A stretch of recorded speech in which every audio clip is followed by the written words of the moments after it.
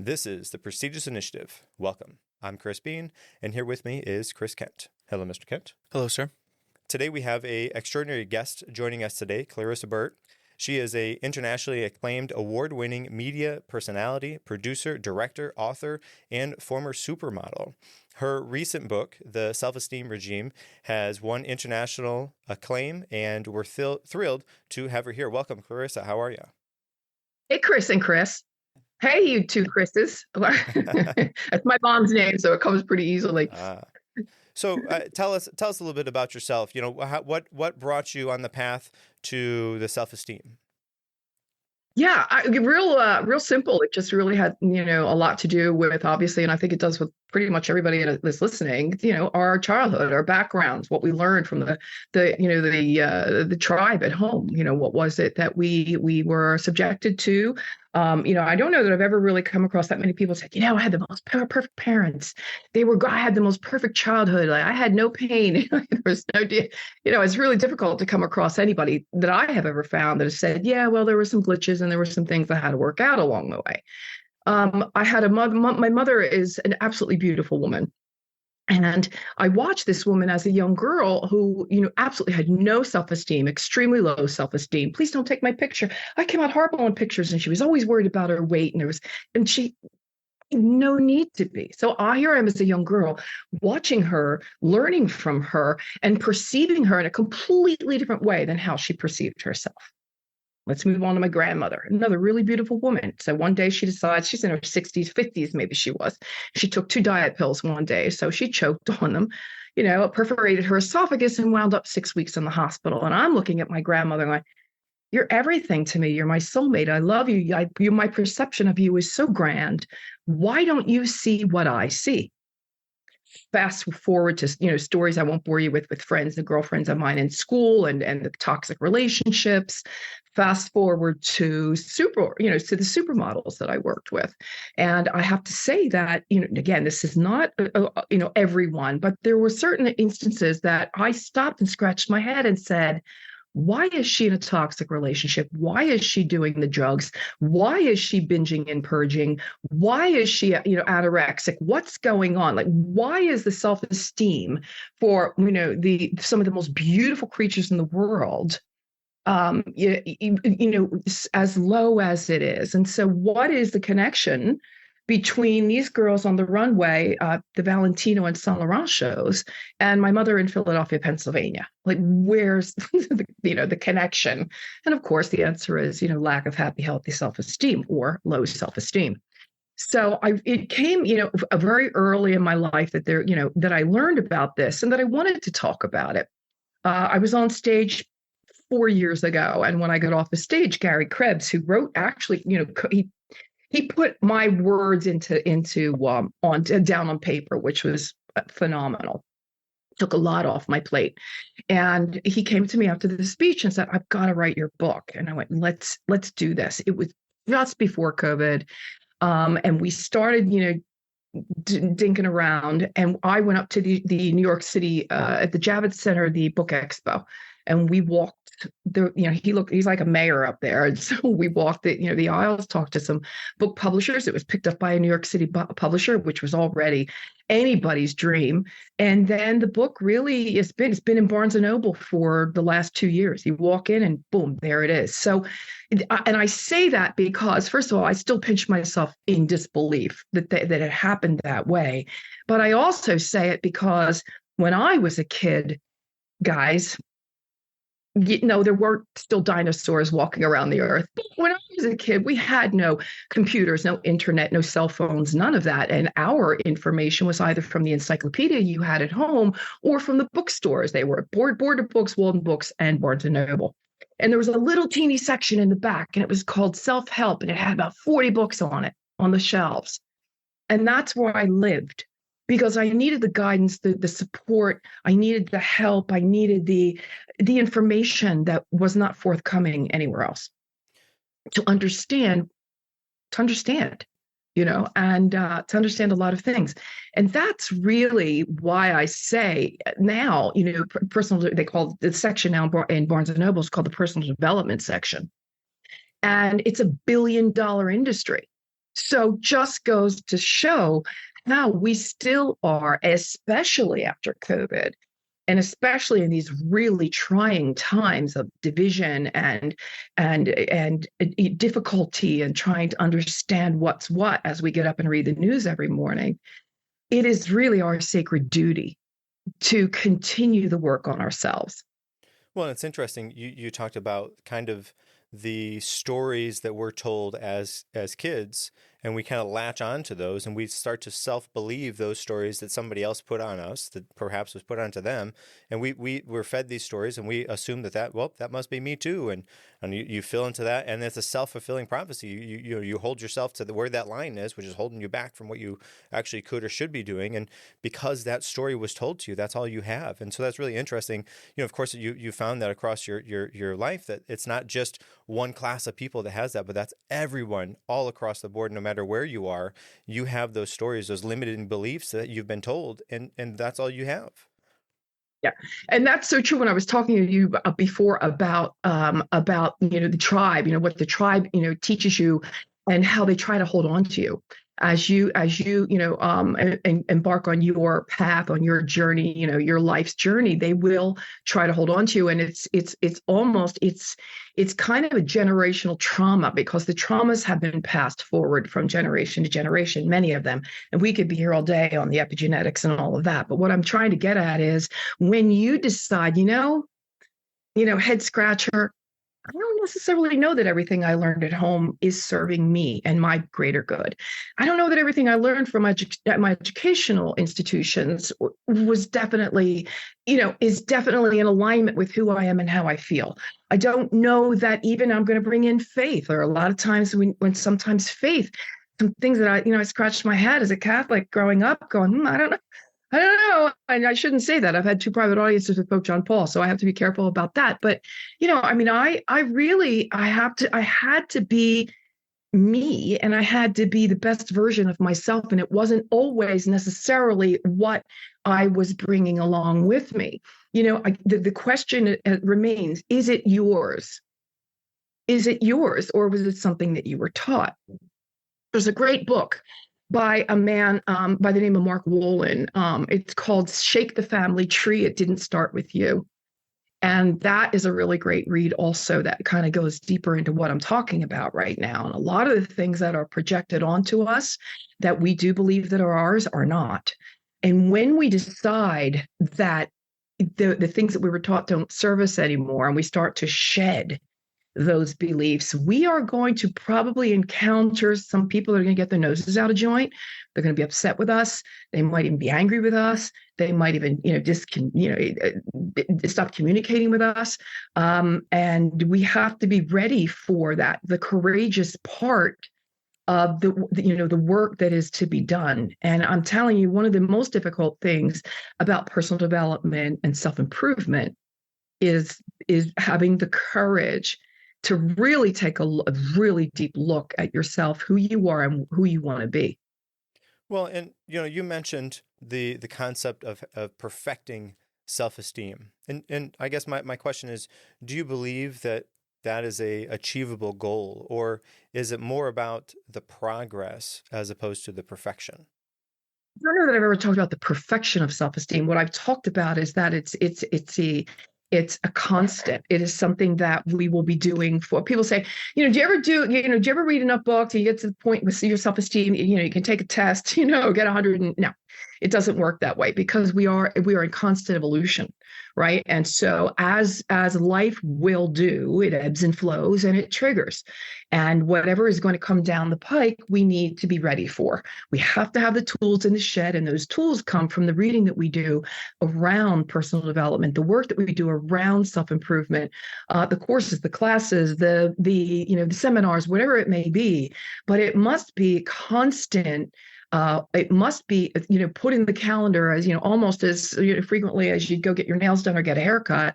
You have to make sure that you are taking the time to read the books, do the work. And people say, oh my God, it's work. Well, all right, put in the effort. I don't know. It's just semantics at this point. But yeah, some of this is going to be tough. Some of this isn't going to be easy. It's going to depend a lot on, again, your mostly your natal tribe, what you were taught, where you came from. For example, in my instance, there was a lot of anger. There was a lot of yelling and screaming. There was quite a bit of violence. And so for me, when I left the tribal home, I thought that everything was yelling and screaming. And that was it was power. I felt that that was true power. And then, of course, I got out into the real world and that didn't work. That wasn't where, if I would sit here right now and yell at, scream at you, Chris, not you, Chris, you, Chris. If I were to start doing that, you think I was a screaming meanie, a banshee, and you'd be right. So there's a lot of things that, those kinds of things that we have to take a look at. I'm reading a book called Aspergirls. And I already knew to be ADD and ADHD, that's kind of, a given, but the whole Asperger's thing and how they actually, if you see a Venn diagram and how they kind of interconnect, you never look at me and say, gee, Clarissa, I think you're, probably on the spectrum. But I read that book and I'll be damned if I didn't check everything. I went, yeah, check, check, check, check. And I tell you that just to say, as we go and as we grow, there are things that we come to find out about ourselves. Again, the epigenetics, the things that how we're wired, the synapses, our brains are, again, the possibility of being ADHD and potentially being on an autism scale. Also, I've done a lot of reading into Dr. Elaine Aron's work. She does work called the extra sensitive person. And that's where people are triggered by your environment. So for example, in my house, you can't cook because I can't stand the smells. I can't stand bright lights. Although I was brought up basically working on stages, I was able to, those kind of lights didn't bother me as much as if I were to go outside on a bright sunny day. It was a little bit different. I can't do loud noises. I get scared easily. People scare me. They go, "Oh, I'm so sorry, Clarissa." Don't worry about it. I'm used to it. It happens all the time. So whether somebody comes up behind me or there's a loud thud or a noise or a slam or whatever it is, I know what triggers me. And there was a time when these triggers used to anger me. There was a point in time where I had to learn also how to manage these triggers. And to answer your question, as life triggers you, you have to learn how to stand strong in your stead. And you do that by having the tools in the shed that I spoke about before, because when the hurricane comes through, when that typhoon is popping by, you might lose a leaf or two, you could potentially lose a branch, but you're not going to be uprooted with the storm and carried away. And that therein lies the importance and the power of doing the work. Well, and so speaking on doing the work, it's interesting you brought up, reading and then and conversely going to the gym. I find it interesting that people will schedule time in their day to go to the gym and, oh man, we have to, if I can't do anything, I have that. But nobody does that for the intellectual training of their brain on a daily basis. So building that time, putting that actually on your schedule. No, I can't do anything. That's my studying time. And I switched the vocabulary that I was using from reading to studying. It's the same thing, but the meaning behind reading versus studying to me was enough of a difference, enough of an impact that I don't call my studying time reading anymore. I'm studying. And so when I'm studying, and I put that in my calendar, just as workout is in my calendar, those things are there so that I can build those habits and they don't happen on accident. It's not like, well, I'll read when I have time. You're not going to have time. You have to make time for that. And by carving out the time, putting it in your calendar, and then following through with what you said you were going to do, that will make it happen. Yeah. And the other thing that I find really interesting, and I just bring this up because, we talk about, they say that these are soft skills, right? So things that have to do with, communication, teamwork, problem solving, adaptability, leadership, time management, and the like, emotional intelligence, and empathy they call them soft skills. And it's probably some of the hardest work that you will ever do, right? If you think about it, it's easy to learn a skill, a craft, or whatever it is when you have to go to college, you have to crack the books, do the studying, pass the tests, and find a job. But nobody ever really, really, really, really teaches you until what is teamwork? What is, the communication part? Again, the emotional intelligence part is some of the hardest work that soft skills will bring. And I use that kind of, the hard and the soft of it all, Well, just to be, and that's an interesting concept too, because we assume that at some point we're going to quote unquote learn these things, meaning hopefully be taught how to do these things, but those things yeah, never actually happen unless you go out and do them for yourself. And more often than not, that's trying, failing. Nope, that didn't work. Let's try this. Nope, failed. Let's try yeah, this. And really, yeah, failure is a integral part of being able to learn something. But to like you said, we're not taught how to do leadership or time management or even how to study in school. Like if you could teach the school kids how to not just tell them to study, but what does that actually look like? What is the protocol for studying this right. subject? And then to teach them that, oh my gosh, they'd be so much better off. But we're not taught those things. Yeah. Yeah. And I think that the world would be a much better place if we were to learn again what a value system is. And I think that that's something else we need to talk about in the sense that if I were to ask you right now, give me your top 4 or 5 of your value, top 4 or 5 values. A lot of people are probably you're going to get a lot of deer in the headlights because you must come to the table with your life's blueprint. And that is what your value system is. I crafted my own value system, and so I do what I call taking the high road, and that is honesty, integrity, gratitude, and honor. All right, it doesn't sound like all of that, but it is when you come to the table with all of it. Imagine just bear with me a second. If when you wake up tomorrow, everybody in the entire world was honest. Just imagine that for a moment with me. Will you just humor me a moment? Just imagine if everybody came to the table and their blueprint was today, I'm honest. Everything I do, everything I say, every fiber in my being is about being honest. Living in integrity. Who are you when nobody else is in the room? Who are you when you know that you get away with it? Who are you when, how do you treat people that can't do anything for you? They can't do anything for me. How do you treat them? So that's another really, really huge part of it all. Gratitude, we all know. Drop and give me 10 right now. That should be the easiest thing on the planet. What we're really grateful for.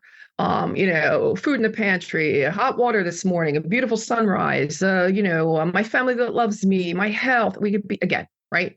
Running water, clean running water. So we have lots of things to be thankful for. Honor. Usually we think of honor, we think about military and the like, but really honor is so much more than that. It's really, and I want to tell a story about that because it's really cool.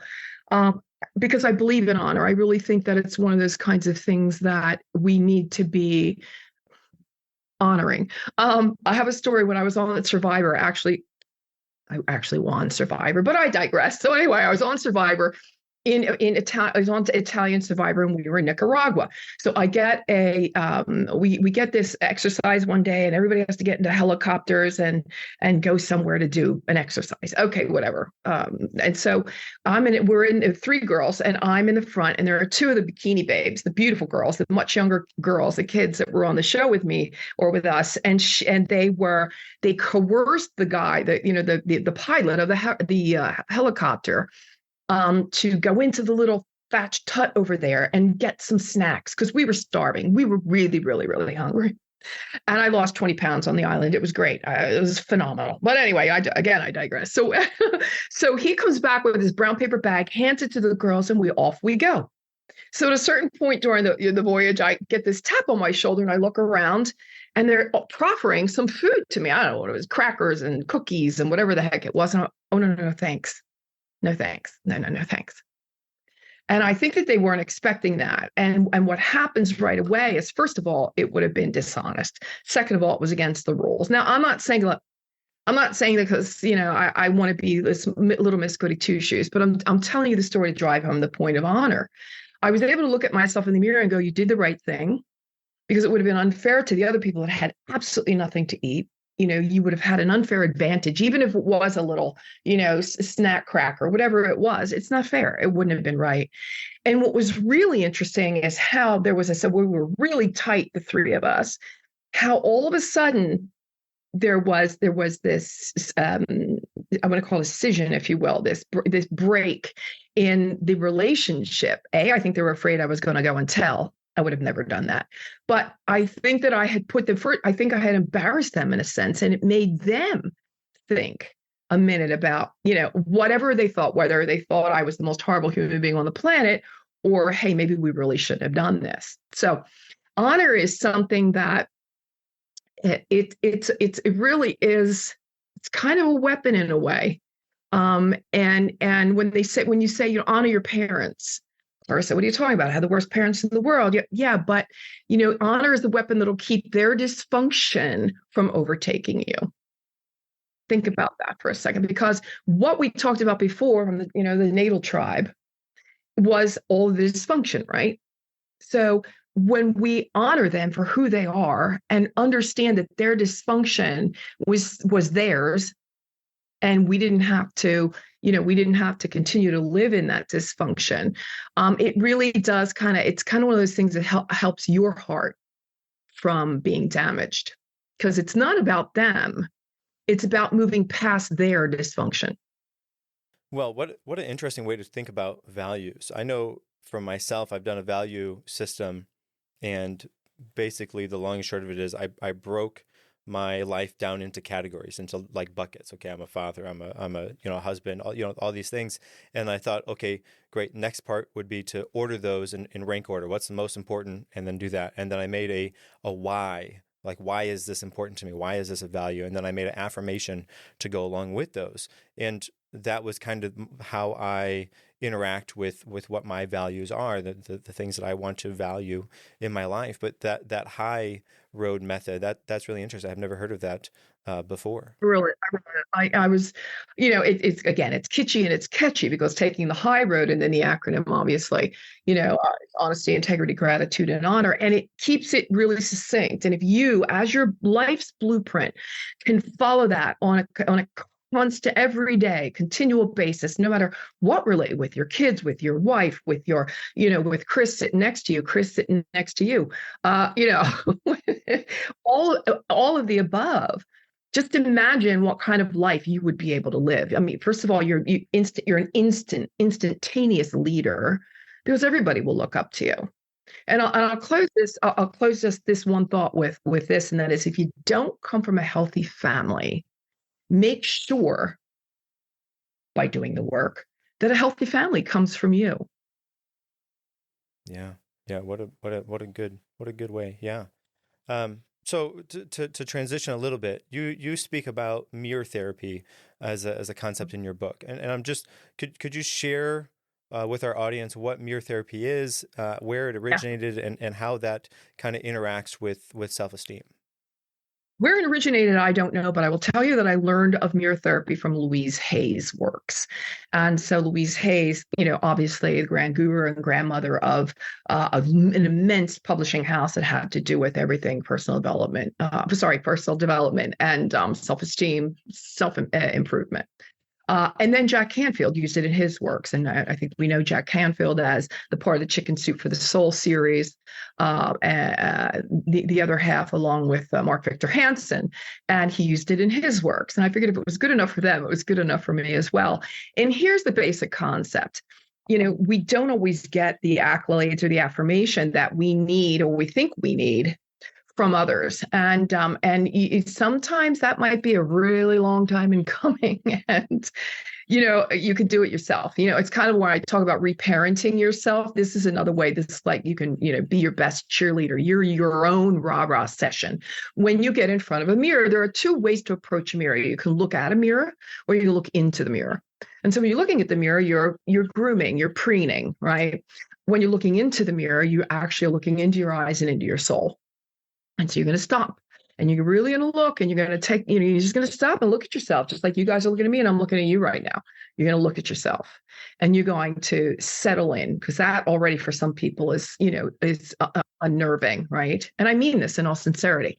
A lot of people don't have a great relationship with the mirror. And the whole point of mirror therapy is to have a phenomenal relationship with the mirror. And that might mean, hey, Clarissa, I really like you. Yeah, I want you to know also how much I love you, and what a great job you did on that presentation the other day in front of 1,000 people. And I just want to let you know that was a really, really, that I'm really proud of you for that. And I know this sounds weird, you guys, I know it looks weird, it feels weird, it sounds weird, but I am going to, a lot of people I'm going to invite to bring a box of tissues along, because this is probably one of the most impactful exercises you will ever do, is when you look at yours after all the daily demons and after all the negative self-talk and after the horrific impression you have of yourself. When you can rectify all of that and come to the table with mirror therapy and start telling yourself how amazing you really are, I guarantee you, your life is going to change, and not in a small way. Well, and that speaks on positive self-talk, and it's so important. Being like you are the person that's inside your head all the time, every day, 24/7. And if you start to cut yourself down, which people do all the time, you will believe those things because your trusted self, are telling yourself those things. And so if you can shift that perspective into a more enlightening, a more beneficial, more positive way, oh my gosh, the benefits for yourself are amazing. Let me talk a little bit about this, and I found it really interesting. I am enough. You are enough. We are enough. Everybody's enough. And so I went, you know what, let me look up the definition of enough. And I did one day, and here's the definition of enough. Only as much as is required. Mm. Only as much as is required. So by definition, the word enough isn't enough. So the new mantra then becomes, and you can definitely use this with the mirror therapy, and I hope you do, and I wish it for you. I am so much more than enough. Mm. I don't know about you, Chris, and I don't know about you, Chris, but I am so much more than enough. And you, as fathers, I really, I invite you to. It's not. And by the way, the cover of my book, let me finish the thought. I invite you to share this with your children as well. Hey, here's your new mantra for the day. Put it on a sticky note. Put it, next to your computer. Put it next to your workstation. Put it on the mirror in the bathroom. Whatever. Even if they don't say it, they read it. I am so much more than enough. It is one of the most empowering statements that I have ever heard. And yes, I created it myself. So, but let me just say this, the cover of the book is blue. You'll see that it's 3 different iterations of blue, right? When I first got the cover back from the publisher, it was pink and yellow and orange. And by the way, it would have jumped off the shelves at Barnes and Noble with much, it would have just been, wow, there's a pink and yellow and orange book there. And the only thing I did, and you're not allowed to do this. Oh my God, Gary had a heart attack when I said, no, you must do this. I asked the publisher if they would change the colors up to blue so that men would pick it up. Mm. And I will tell, because again, self-esteem doesn't discriminate, and self-esteem does, let's just say self-esteem goes really, really wide and really deep, as you can tell, because we're not talking right now about, hey, never compare yourself to others. That's not, that's self-esteem 101, and let's go with that too. And here's something else I'll say about that. When we're talking about comparison, and then we'll talk about, if you'd like, we can talk about social media and how that relates to self-esteem. We always talk about self-esteem and wanting to keep up with the Joneses, right? The grass is always greener on the other side. I would like us all to think that the grass is always greener where we water it. And is it really grass, or is it astroturf? Meaning, is it your perception of what you see, or is it their perception of what they want you to see? And social media is a perfect example for all of that. Yeah. Well, it's hard to not fall in that trap, because on social media, everybody's putting up their best version of themselves. They could be crying, throwing a fit, whatever. And then they start that camera, poof, and then they change completely. They become. There's the big villa and the 2 Lamborghinis parked outside that were probably for the day. And by the way, I don't say that disparagingly. I'm thrilled for people that have that kind of success. Can you please teach us all something, right? We're all happy to learn.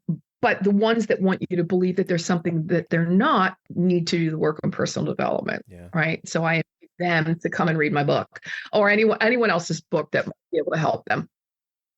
So the concept of I am enough, we are enough, and going back to I am so much more than enough, and is the grass really greener on the other side? They are perfect examples of, again, coming back to social media. The Attorney General of the United States in April, his name is Murthy, I think it's Vivek Murthy, and he came out and said we are in the middle of a youth mental health crisis.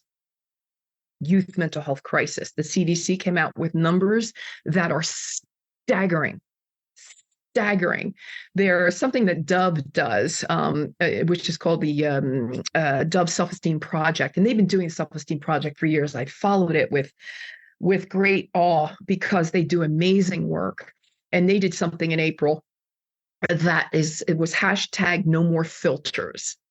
Because we have 9, 10, 11, 12, 13-year-old girls that are learning that whatever they are isn't good enough, that they have to have these beauty filters on for social media to be anything or to look like anything, right? And to be in the vying as far as beauty is concerned. And Dove, constantly drives home the idea that, you are phenomenally beautiful just the way you are.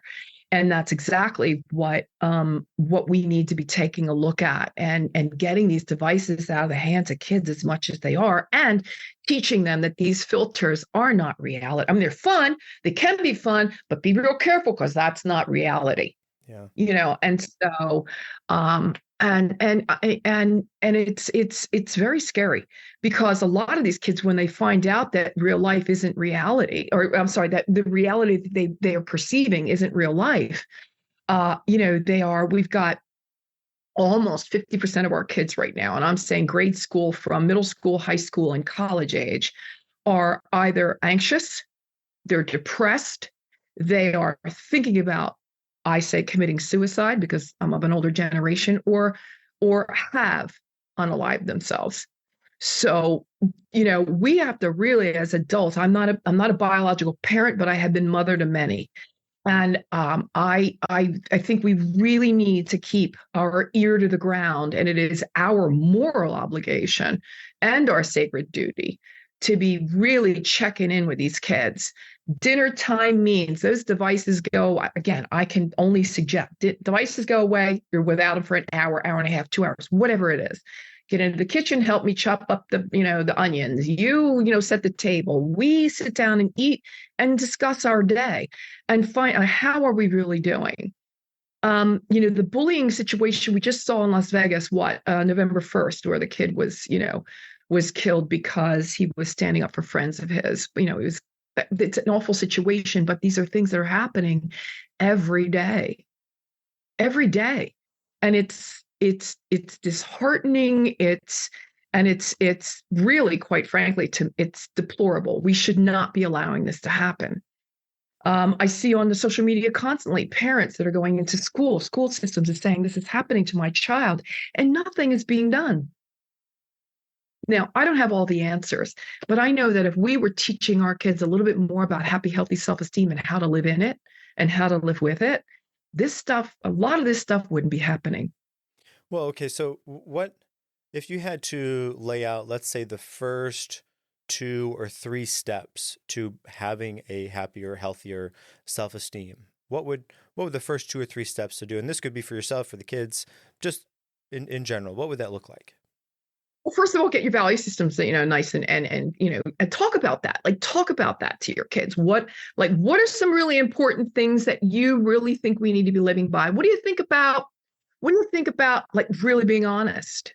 What do you think about, living in integrity, and explain what that means? How about gratitude, guys? Can you write down 5 things you're really grateful for? How about great 5? Good. Can you give me another 5?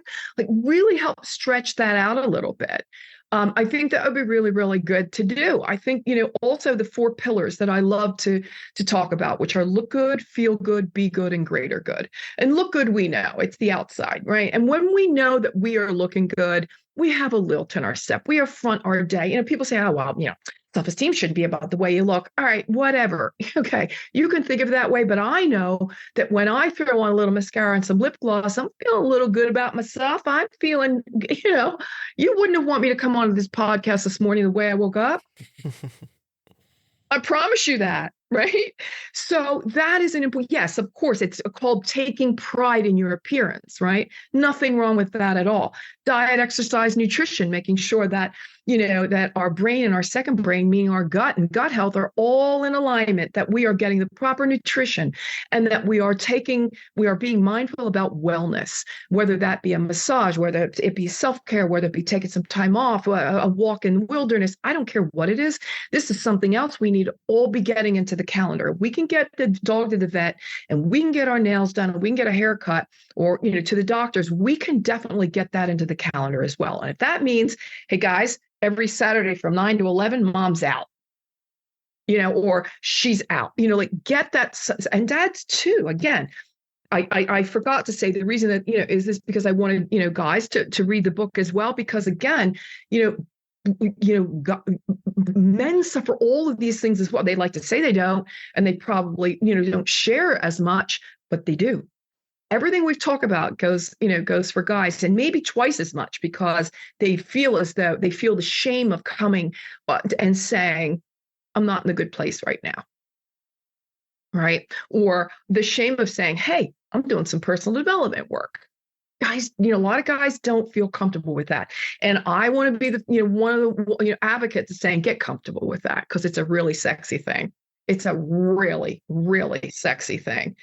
When you come to the table whole and complete, notwithstanding your background, past relationships, all of that, because you continue to do the work, I promise you guys, that is really, really sexy.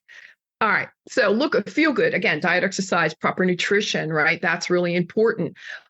Be good. And so that's relationships, that's leadership. It's, your business, it's your finances. It's like staying on top of like life's game, right? And then so that's your head, that's the intelligent part, and then your heart. So look good, feel good, be good, greater good. That's the inside, the outside, the inside, the head, and the heart. Right? Teach them the importance of giving back, of volunteering, of paying it forward. We are suffering also a loneliness epidemic right now. There's a loneliness, it's a thing. It's a real thing. There's a loneliness epidemic, and that also is due a lot to social media, because we've cloistered ourselves. Right. We're cloistered now. Now we have me and the device. And it's funny because I'm sitting next to you on the couch going out to the world. Right. And the world is coming back to me on the couch. But I can't put the device down and turn to you and have a conversation. I know people that text each other in the same damn house. And maybe that's a thing. It depends, I guess, on how big your house is. But, so continually bringing self-reliance, teaching them independence, teaching them the command of self, and be really, really resolute about controlling your behavior, right? There's so much to this, you guys. There's so much to this. And releasing the stuff that's not working. That's my first chapter. Rebuilding is the second chapter. So now you're ground zero. Now you're going to rebuild. I think 70% of the work that the book entails is the letting go part, letting go of all the old, all the old paradigms, all the old, models, all the old modeling, all of the old, stuff that I was going to say shift, by the way. Oh, not just so the shift that you need to implement, to put in place so that, you are not bringing forward all of the stuff, right? Give them purpose. Like, where's your purpose? Teach them boundaries. Boundaries are where are you drawing the line in the sand? By the way, boundaries don't have to come with yelling and screaming and you hurt me and that hurt me and you triggered. No. Boundaries are set in place with ease and joy and grace and glory. And you just say to people, hey, can I explain? Do you mind can I have a minute? I want to let you know that kind of hurt my feelings, and let me tell you why. And that most people are going to go, oh my gosh, Chris, I had no idea. I am so sorry. That's a keeper. If somebody, when you say that, says, oh, come on, get over yourself. I was just kidding, for God's sake. You've got a toxic relationship probably on your hands, and you need to take a look at that. Toxic relationships are the ones we spoke of before that are going to be the most difficult to pull away from, because you probably care about that person. But do they care about you in the same way? So this is when we talk about boundaries, you're talking about advocating for yourself. So there's lots there. Go ahead. Yeah, well, please. I was just say that what a good foundation to stand on to start to build that process to a better self-esteem. And Clarissa, I want to say thank you for your insights, your wisdom today, and really your mission is so inspiring, and I can really tell the dedication that you have to sharing this self-esteem with others. And I guess do you have any closing thoughts for our listeners here? Of course I do. I do. The problem has always been shutting me up. It's never to get me to talk. Here's a really great one that I really, really love. And it's another one that's kind of goes in with your value system, if you will. Loyalty is when you have my back behind my back. Loyalty is when I have your back behind your back. That's what loyalty is. And I think that if we can bring that to the table with our value system and live by that as our blueprint, can you imagine, just bear with me a second, can you imagine if this whole world was loyal? Now just think for a second. Just imagine what kind of world we would live in. And so again, it's our sacred duty. It's our sacred duty to do the work, to continually do the work, because we are a work in progress, because it is evolution. It is our evolution to constantly want to, be a better person tomorrow than we are today. Well, Clarissa, where can our listeners go to find out more about you? And anywhere on social, for sure. It's clarissaburt.com is my website. And then social, I'm everywhere except Snapchat, at Clarissa Burt, B-U-R-T. Wonderful. And I'll be sure to leave those in the show notes as well. That brings us to an end of this engaging episode with Clarissa Burt. We've explored the significance of self-esteem, the idea of perfection versus progress, the self-esteem regime, the role of gratitude, mirror therapy, and practical tips for building your self-esteem. If you found today's episode valuable, please consider subscribing, leaving a review, and sharing it with your friends and colleagues. Remember, self-esteem is a journey, not a destination. Until next time, make every day count.